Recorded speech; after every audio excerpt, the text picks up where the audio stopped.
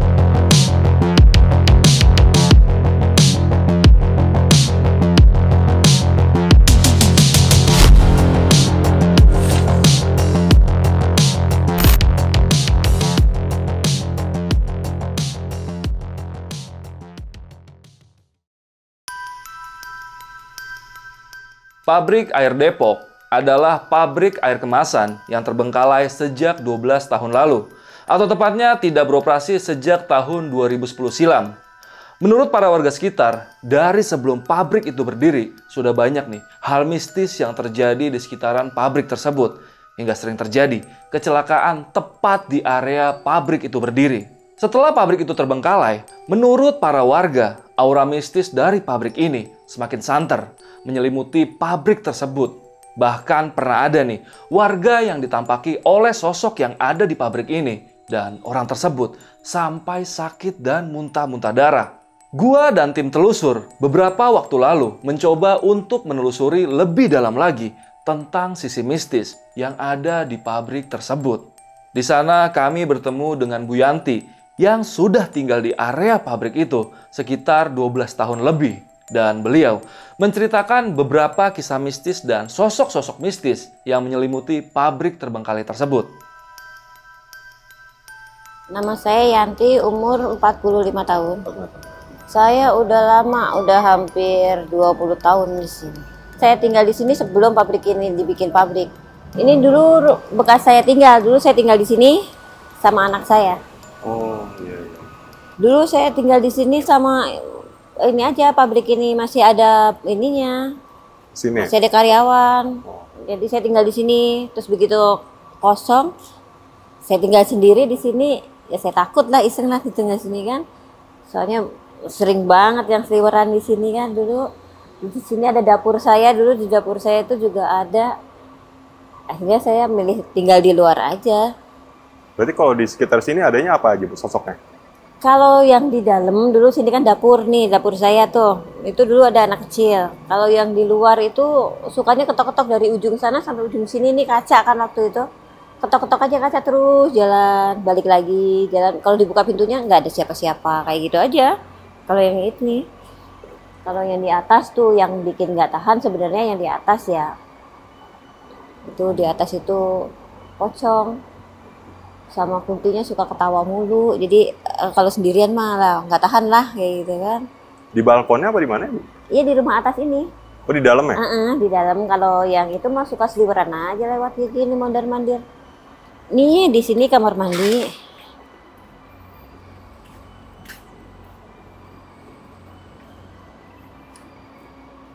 Ini kamar mandi. Di sini kan dulu ini bekas kantor, itu bekas dapur. Kalau di dapur itu ada perempuan sepuh, di situ ada perempuan juga agak muda. Kalau yang agak jahil sih di sini nih tuh. Ada. Itu sosoknya laki-laki. Kalau di atas itu perempuan juga cantik. Namanya Sally.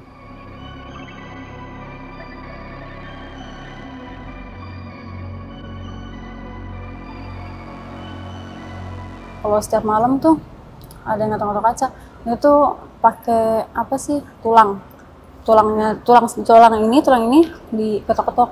Jam berapa kira-kira? Kira-kira jam 11-an lah sampai jam 1. Dulu sering lagi masih saya tinggal di sini di bangunan yang bawah ini. Itu sering banget kalau setiap sore itu ada yang getok kaca, terus mondar mandir terus setiap sore. Terus kalau di atas itu suka ngeliat ya ada pocong gitu ya, terus kuntilanak banyak. Kalau yang sebelah situ itu ada, tapi itu baru ya kalau ular itu. Kalau dulu mah ada perempuan tua. Kalau sekarang perempuan tuanya pindah ke bawah dekat kamar mandi. Tuh. Nah, kalau yang di atas itu perempuan tapi ular. Tuh, kalau yang di dekat tangga, ya sering banget lah, namanya saya tinggal di sini dulu kan. Kayak gitu, nama itu anak-anak kecil, ada yang kakek-kakek lumpuh di situ. Gitu. Yang sekarang saya nggak berani, sama sekali nggak berani ke gudang yang sebelah sana. Karena kayaknya udah banyak banget buangan, jadi saya sering lihatnya yang serem-serem. Kalau yang di sini mah mungkin udah biasa ngelihat kali ya, jadi nggak ini. Oh yang di sana tuh serem, ada yang kepalanya goyang terus. Di kamar mandi itu juga ada perempuan, banyak banget kalau di sini. Itu kan ada lukisannya, Mbak? Iya ya. Kayak gambar gitu, ada sosok perempuan buntutnya panjang. Itu Mbak tahu nggak sih Mbak, sosok seperti apa? Nah, kayaknya sih Miske ya. Miske yang banyak yang bertebangan gitu kan. Miske kan, saya punya anak ya, anak saya umur 6 tahun, dia juga bisa berinteraksi sama hal-hal kayak gitu. Jadi mungkin dia ngeliat terus digambarin mungkin gitu. Karena dia juga kan peka banget anaknya. Gitu. Dia tuh punya teman yang namanya Apin. Dia tuh kalau main di sini nyantangnya sama Apin itu main. Itu sosoknya anak kecil sama. Apin itu siapa Mbak? Gak tahu, saya belum tahu wujudnya. Cuman kalau sama anak saya emang akrab. Anak saya suka ngobrol, berinteraksi. Kalau misalkan ada tante, bilangnya tante kan. Kalau di sini tante. Ada tante ya bilangnya sama tante gitu. Mbak pernah ada kisah nggak sih Mbak? Mbak sendiri atau keluarga atau orang sekitar setelah mengalami kejadian yang berhubungan dengan makhluk mistis di sini, pernah ada kejadian sakit kah atau apa? Anak saya iya sakit. Anak saya sakit. Karena mungkin nggak kuat kali ya melihat yang lebih serem mungkin ya. Dia sakit, panas, sampai nggak bisa tidur berapa hari, berapa malam kan. Sampai kebayang-bayang, mungkin dia kebayang-bayang kan sampai nggak bisa tidur. Sampai ngejalanin pengobatan juga, anak saya pernah kayak gitu. Itu pengobatannya kayak gimana Mbak? Pengobatannya ya biasa ke orang-orang yang bisa gitu. Karena kan biar dilupain tuh, biar nggak ingat-ingat lagi kayak gitu. Kalau saya pribadi enggak, kalau untuk sakit alhamdulillah ya mudah-mudahan jangan gitu ya. Tapi anak saya itu sakitnya tiba-tiba. Ya awalnya sehat nggak kenapa-napa, tiba-tiba sakit langsung muntah darah. Nggak kenapa-napa padahal dia habis dari kamar mandi, habis nyuci, pulang dari kamar mandi ke rumah langsung muntah darah. Nah waktu pas muntah darah itu kan kalau dipikir ini mah kalau orang sakit mah kan lemes ya, itu enggak lemes, enggak apa.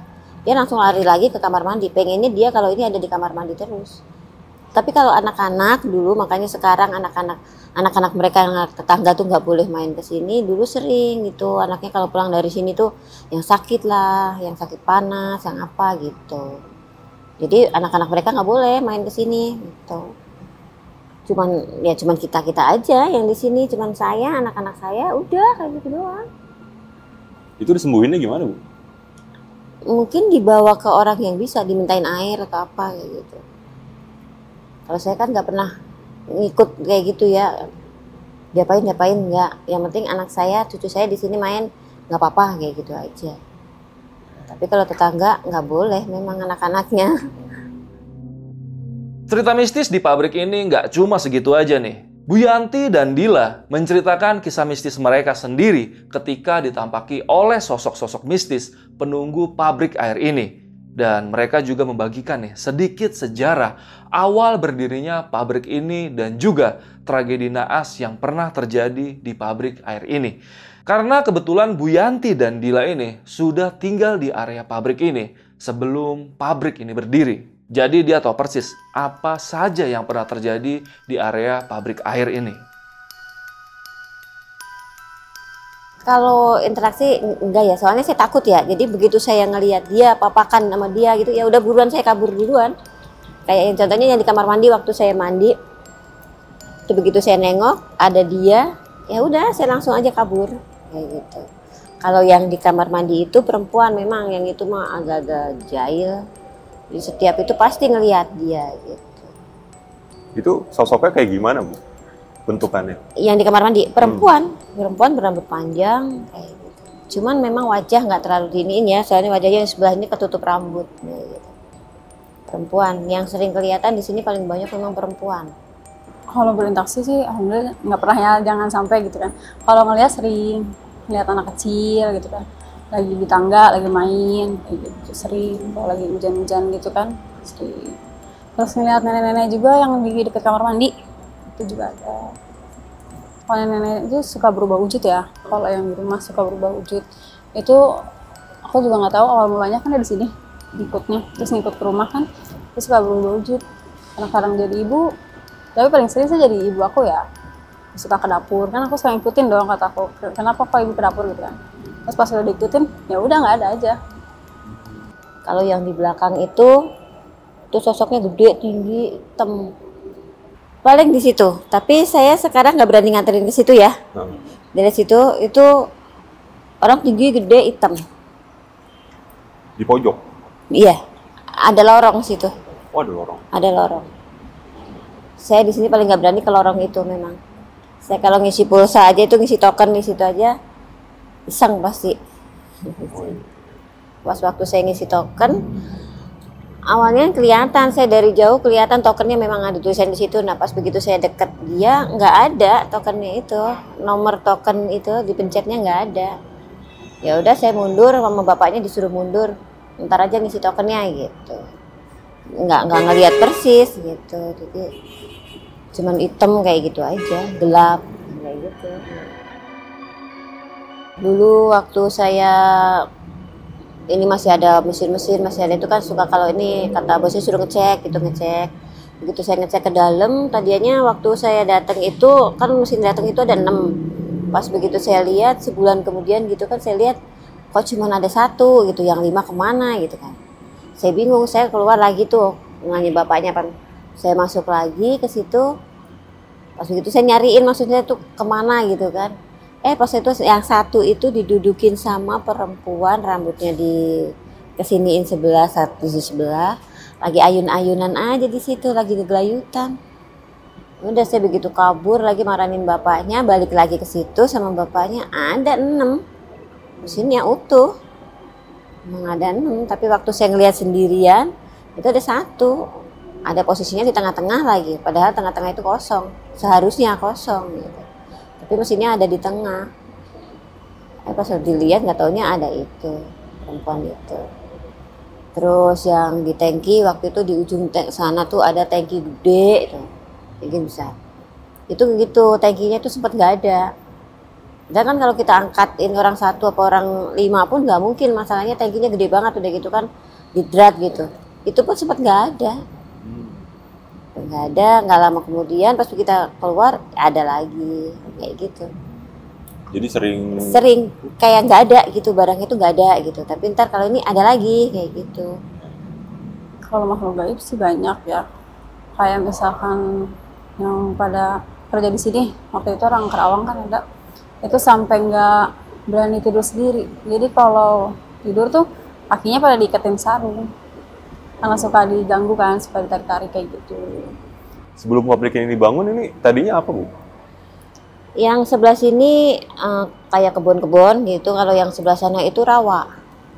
Rawa-rawa kayak gitu. Ini kan di ujung sana tuh dulu ada pohon kelapa kembar 2 tuh, di situ memang ada. Itu sosoknya gede, tinggi. habis dulu di situ. Terus kalau memang anak-anak kecil itu memang dari awal di situ kan rawa, dia suka main di situ di rawa. Dan mungkin sampai saat ini ada di situ. Setahu saya dulu ada, cuman nggak sampai meninggal.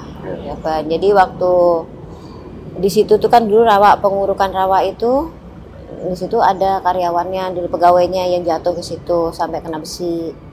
Tuh. Terus pas waktu ngelas mau bikin apa tiang besi itu, matanya yang ngelas itu kena besi, kena kontak besi itu ada. Kalau ini cuman gitu, cuma ada meninggal, cuman nggak di sini lokasinya, pegawai di sini, karyawan di sini, cuman nggak di sini meninggalnya, kecelakaan di jalan. Gitu. Terus waktu ini udah jadi, itu ada yang jatuh dari atas itu, dari atap. Itu cuman bukan karyawan sini, dulu karyawan proyek belakang. Jadi pas mau maghrib itu dia tiduran di atas. Waktu itu kan dia lagi foto-foto kan di atas genteng kan, lagi ngambil foto, terus kepleset. Jatuhlah ke bawah kan. Di bawah itu gerbangnya dikunci karena udah malam kan, jadi udah dikunci semua gerbangnya, nggak bisa keluar kan dia, jadi otomatis pingsan gitu sampai keluar darah kan. Itu sampai lama berapa jam, mungkin udah 2 jaman baru bisa keluar. Itu teriak-teriak di sini, lubang, ada lubang kecil kan, lubang inian buat ngambil kunci itu, teriak-teriak ke saya sama anak saya di situ minta tolong. Akhirnya meninggal di perjalanan. Itu dia dari mana? Kok bisa ada di atas? Dia dari pabrik ini, terusnya kan di belakang kan ada tangga, jadi dia naik dari situ. Jadi orang proyek belakang main ke sini gitu, cuman mainnya di atas gitu. Nah Bu, ketika proses pembangunan ini kan ada aja gitu Bu, kayak hal-hal janggalnya. Iya. Ada proses kayak pembersihannya gitu nggak sih Bu, biar proyek ini lancar? Kayaknya enggak deh. Saya kayaknya enggak. Kalau orang Jawa atau orang ini ya, orang kampung gitu kan pasti ada selamatan atau apa gitu. Setahu saya kemarin tuh kayaknya enggak. Pemborongnya enggak ada kayak gitu-gitu.